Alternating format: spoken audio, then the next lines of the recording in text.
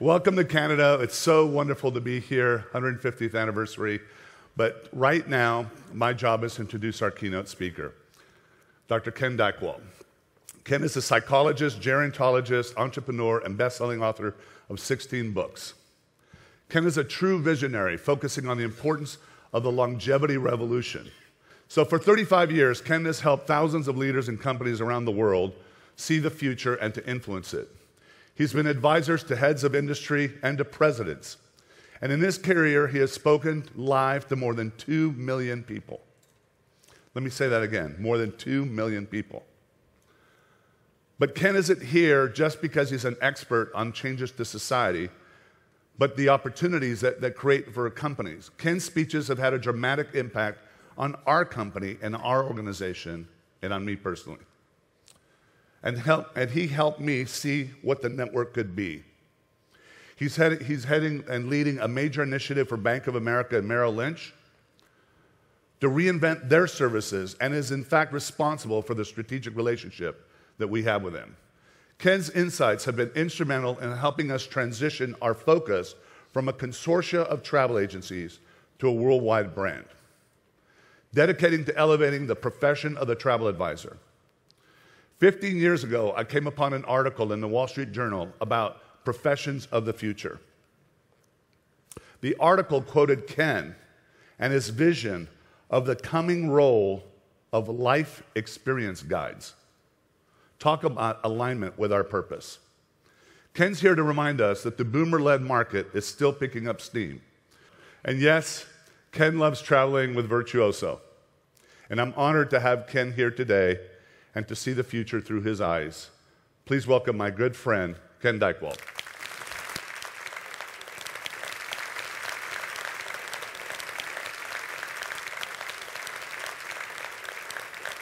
Well, good morning. It's great to be with you guys again. So this morning I'm going to share with you and talk about some things you already know. And I'm going to talk about some things you don't already know, but you will in a few minutes. I want to introduce the word. It's not a word that I made up, but I want to introduce the word alchemy. I looked it up in the dictionary. It says, a seemingly magical process of creation, transformation, or combination. I think you guys are in the alchemy business. But let me build the story. We're going to take a look at a number of themes that are related. We're going to look at longevity. We're going to look at demography. We're going to look at the search for peak experiences, and then we're going to try to make sense of this and see what this all means for the magic of your work. And then at the end, I'm going to give you a few ideas as to what I think you should do differently. Okay, first, let's start with longevity. There's a chart of the average life expectancy over the past 1,000 years. You probably already noticed, but throughout most of history, people didn't live very long lives at all. People were inclined to die in their first hours or years or decades of life. But now all of a sudden, because of breakthroughs in public health, sanitation, antibiotics, immunology, refrigeration, fitness, nutrition, we're living longer and longer lives. So who would have imagined that Fleming's runny nose, which led to the breakthrough that we now appreciate as penicillin, would have altered the world so as to give you more clients who travel more. It's the way the world works. If I back this up and look at the last 100,000 years, what we realize is that throughout 99% of history, according to medical anthropologists, the average life expectation worldwide was under 18. So there have always been 50 and 70-year-olds, but not very many. Everything we're about to look at in the next few minutes pertaining to longevity is new. It has never happened before. And so we're figuring this out at the frontier. 2/3 of all the people who have ever lived past 65 in the entire history of the world are alive today. And having studied this population now since I was 23, and I just had my 67th turn around the sun, so I've been doing this a bunch of years, I'm here to tell you that most people over 65 haven't a clue as to what they ought to be doing with their lives. It's a total like, what am I supposed to do? Who can I be? What's my purpose? Longevity, are we done with this? No. If you follow the media, there's all sorts of interesting new players in this game. So I've got friends that work at the Google Calico business, Craig Ventnor and Peter Diamandis at companies like Longevity. There are companies emerging where a lot of, particularly these kind of exponential thinker folks, believe that maybe not in the next 5 years, but in the next 10 to 20 years, as biotechnology increasingly becomes influenced and in the realm of information technology, that we are about to see some breakthroughs that will be staggering. So we hear that for those of you who have children under the, or grandchildren under the age of 15, half of them will live to be 150. If you go to Webster's Unabridged Dictionary, which I have, it still has this definition of retirement as to disappear, to go away, to withdraw. I'm not so sure that that's what people are dreaming of anymore. And I really do think we're at this sort of turning point where people are beginning to say and talk to people, I'm not so sure that what my dad or grandmother or grandfather did with their 60th or 80th or 100th year of life, I'm not so sure that that's what I want. So we've been doing these massive surveys in partnership with Bank of America. And I would say a few years before, we did them with HSBC in 20 countries around the world.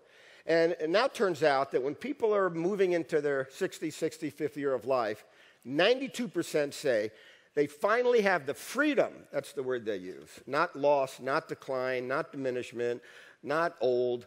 They say, I have freedom to do what I want and on my own terms. If I want to be goofy, if I want to be silly, if I want to play with the grandkids, I don't need to impress you anymore. My freedom. 92% say they have freedom to do what they want. Some want to go back to school. The boomer generation, for example, loves the idea of lifelong learning. Some want to give back. 2/3 of today's retirees say this is the best time in life to give back. And some, an increasing number, actually want to continue working.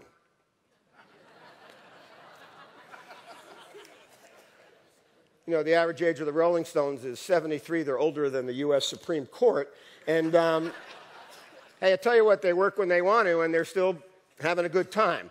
Let me add another piece to this puzzle. So on the one hand, we have more life. And so when you think of aging, don't think of it as a sort of decline. Think about it as people waking up and having another 10, 20, 30, maybe 40 years of life with freedom.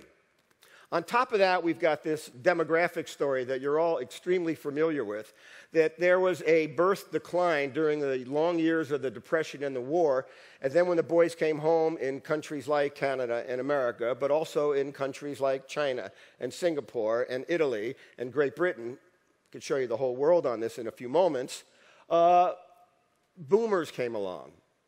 76 million of them.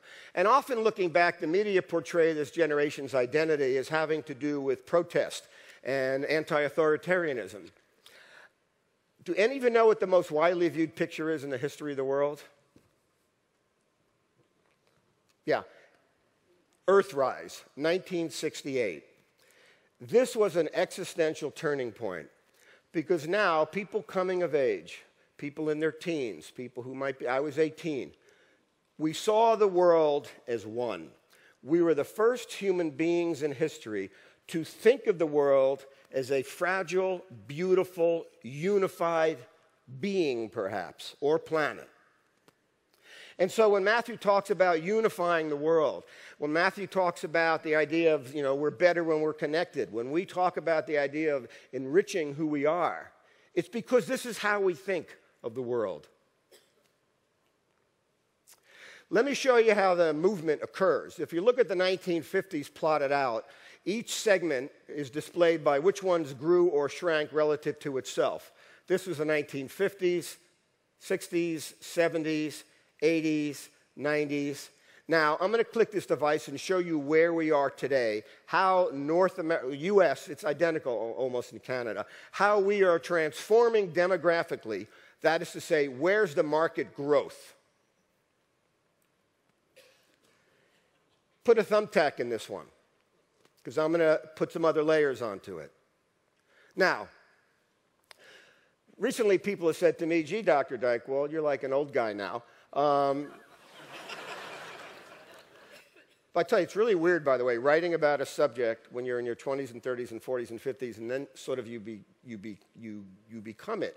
So last year I got this, I'm on all these direct mail things now that I passed 65, and I got this invitation from the Trident Society. And I do a lot of snorkeling. Maddie and I love to swim, and we've done some scuba diving. So I think it's some kind of a diving club. And I open it up, and it's a burial at sea, prepaid cremation. But I was once young, and there I am in 1967, about to graduate from high school in Newark, New Jersey, off to be a physicist. And here I am just a few years later. And then here I was a few years after that. And then here Maddie and I are more recently. What's the point I want to make? That we evolve along our lifeline. It's a big mistake that a lot of demographers and marketers make. So they assume that because I'm growing older, I'm going to become a senior like the last generation. Not going to happen. Or they figure because they once knew who I was, that they should talk to me in terms of who I used to be. I'm not that person anymore. I keep evolving. My life keeps evolving. So the magic of it is you got to figure out who I am now, but even more importantly, who I want to be in the future. Because you're in the linking me to my future business. Every further trip I take in my life is going to be in the future. And so your job is to see who I want to become and take me there. We'll get back to that. I was asked about this phenomenon worldwide. If you look at those countries in dark red, you all know Italy, Japan. I was at a meeting in Washington a few months ago, and at the rate of demographic change and decreasing fertility rates, in 87 years, there'll only be 3 Italians left. Countries are depopulating and growing older. Now, I'm going to click this device and show you 2050. Watch not only the darker orange, but the reddish. You all just heard the sound. That was the sound that I think and feel every day in my life. It's the awe at this transformation that's coming. Takes me to my next point. Riding the age wave. This is in the US, the average net worth by age of household head. And the first thing one has to be struck by is that people under 35, while they're terrifically attractive and they got great energy and it's always fun to market to youth, they're broke. Turns out their moms and grandfathers have the most wealth. This should stun you because it stunned me. We just came upon the statistic 2 weeks ago. In the middle of the night, Matthew and I and his team were back and forth. Households headed by people over 65 now have 21 times the wealth of households headed by people under 35. And in the last 30 years, the relative wealth of people under 35 has shrunk by about 50%, and the wealth of people over 65 has grown by about 50%. Get a load of this. People over 50 are 33% of the population. They currently, and this is before this massive age wave pours its way through this period of life in full force, 51% of entertainment expenses, 53% of airfare expenses, 59% of all lodging is paid for by households headed by people over 50, 70% of all the disposable income, 74% of ship fares, 76% of the total net worth, and 92% of all the affluent households in North America are headed by people over the age of 50.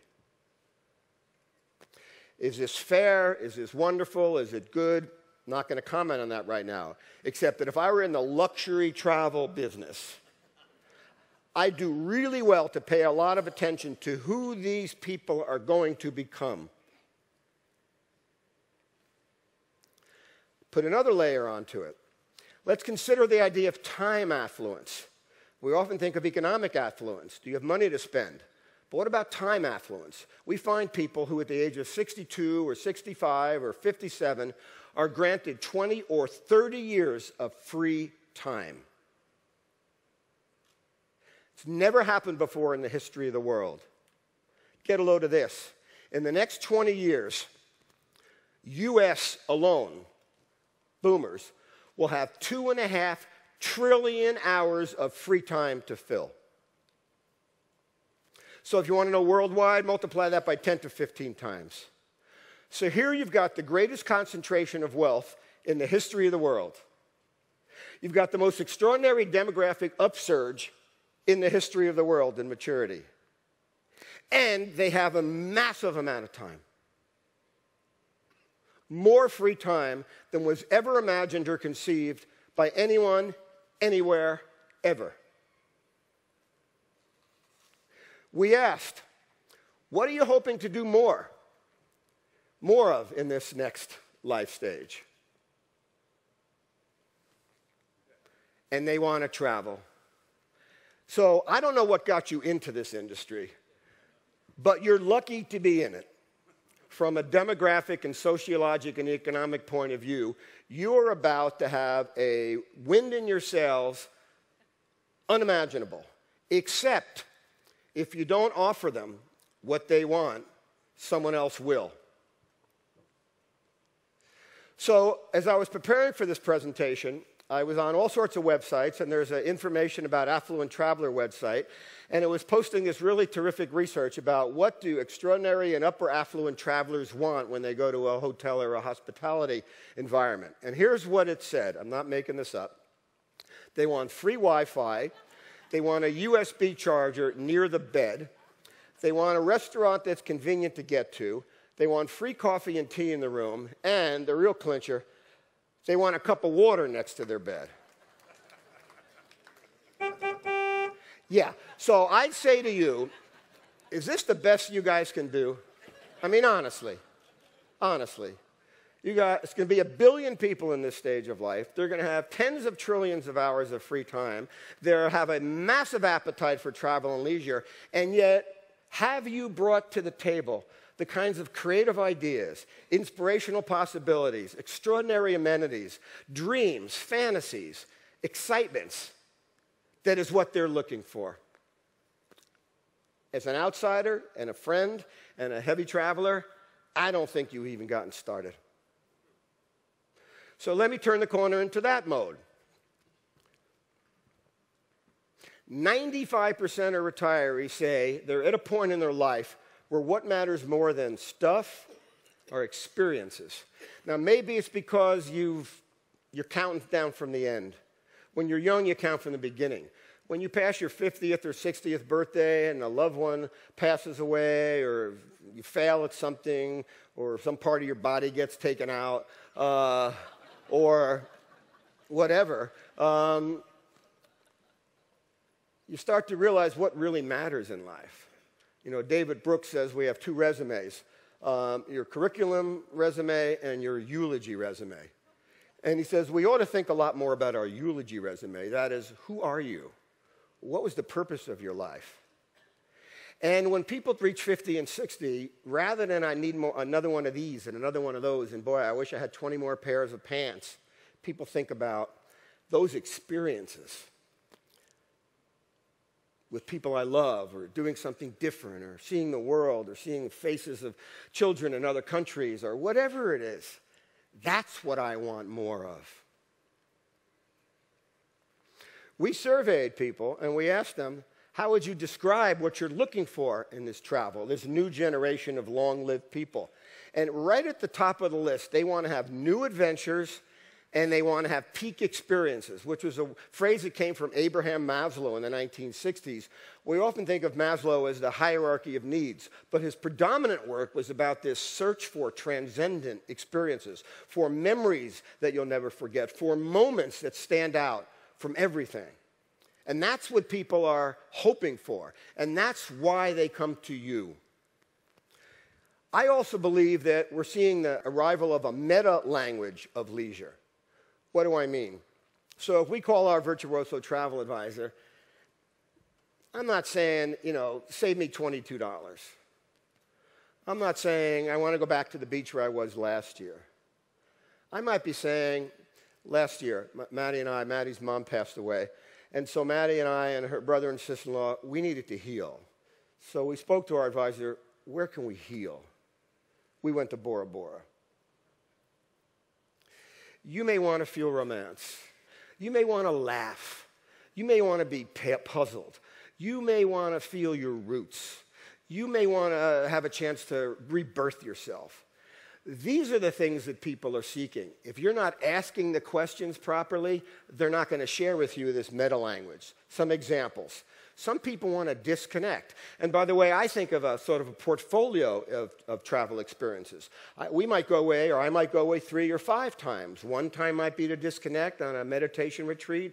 Another time might be to go to Shanghai and have our minds blown. Another time might be to try something new. When you have so much discretionary time and you're highly educated, you have a palate that wants to be nourished. Some people want to disconnect. This is a kooky family with a friendly rhino behind them. That's Maddie and I and Zach and Casey.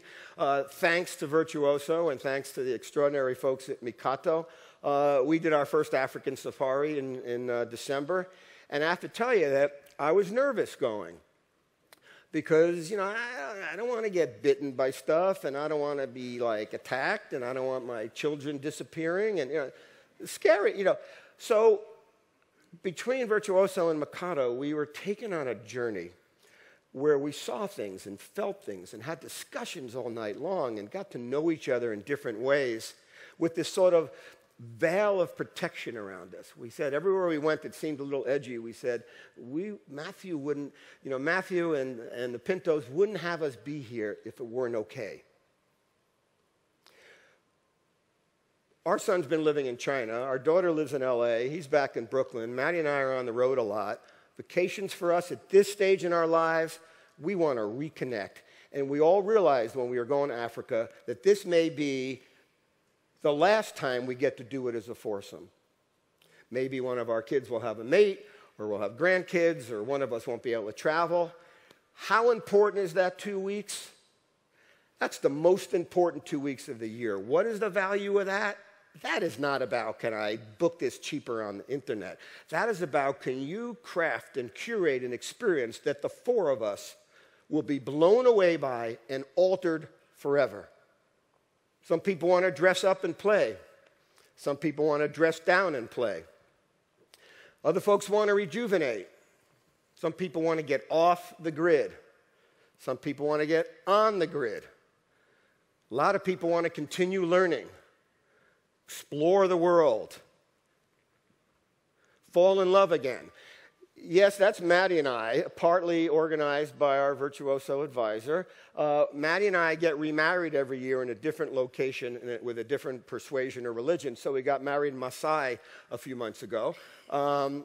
And people often say to me, well, how come you guys get married every year? And I always say the same thing. Well, how come you don't? I mean, everybody ought to get remarried. And if you're not married, you got a good friend, you should have a friend renewal or friend seller. How come nobody's been dreaming up all the things we ought to be doing? Because when I read all the magazines, great places to visit or beautiful sunsets or sunrises, that's fine. It's not about sightseeing for me. It's about life feeling for me. So what are the ideas I haven't even thought of? By the way, have we done this before? I mentioned we had. So yes, we were married at Versailles, and yes, we were married in Polynesia, and yes, we were married in the Sea of Cambodia, and yes, we were married in St. Bart's. And I have to admit, yes, we got married at the Chapel of Love in Las Vegas. And people might say, was this the kookiest of your weddings? And I'd say, well, maybe, or maybe when we got married by a dolphin. So what is your role in all of this? People are living longer, and they're going to have more life than human beings have ever lived. They're going to have multiple generations of members of their families they're going to want to be connected with and share the world with. They have more wealth than has ever been concentrated in a stage of life. And they have free time like they've never had. And they have different experiences. Maybe they've already had them. They want to have something like that. I may even talk in that language, a little bit like St. Bart's, but maybe add in a little bit of Tuscany. And what can you deliver? Because here's what we want to feel.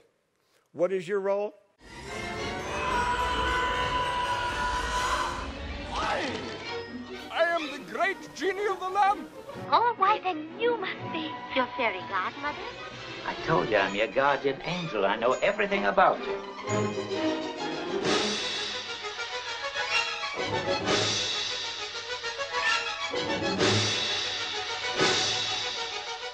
Your role, whether you have a beautiful hotel, or you're an airline, or you're a travel advisor, experience advisor, your role is to make our dreams come true.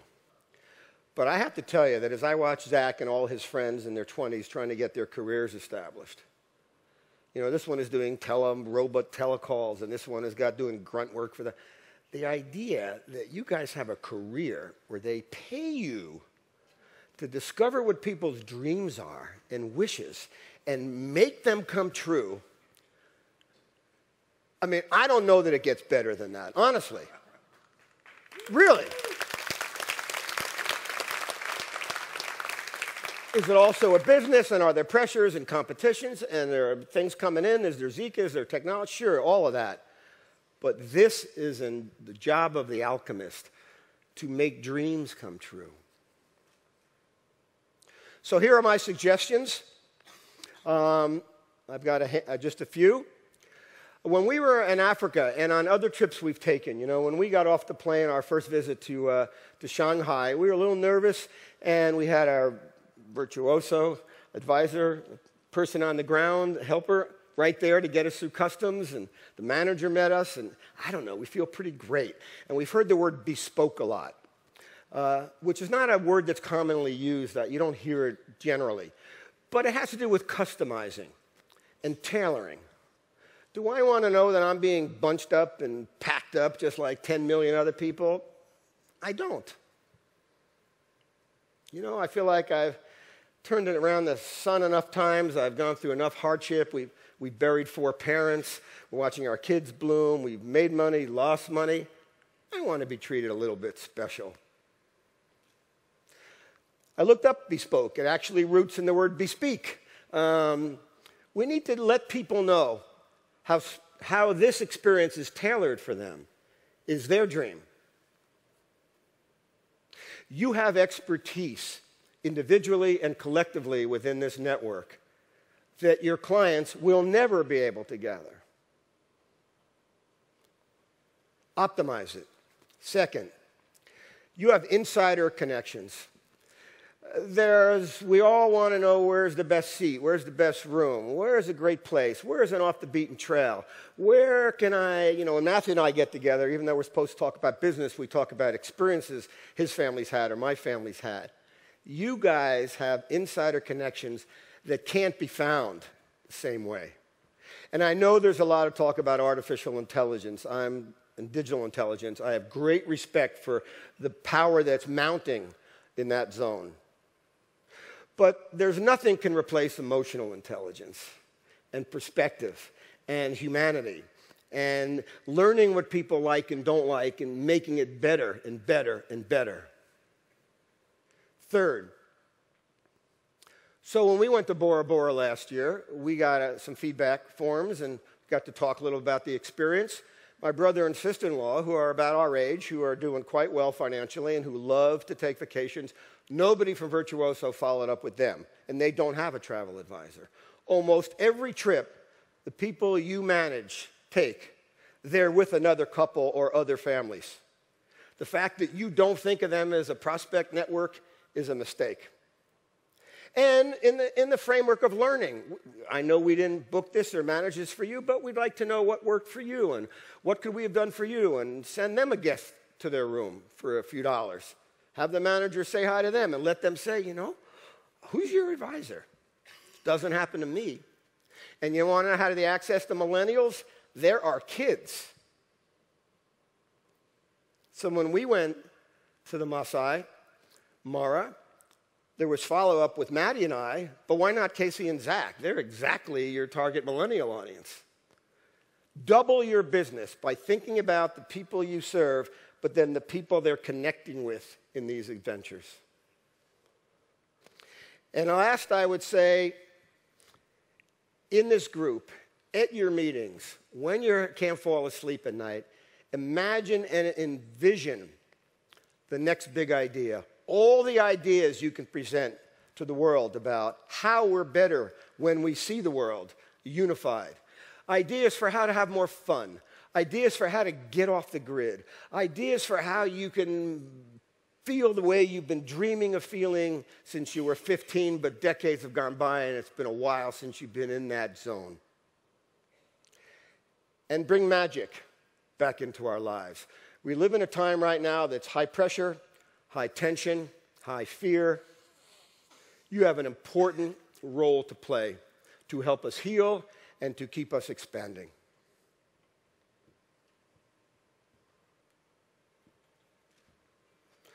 Thank you for letting me be with you again today. Thank you. Thank you.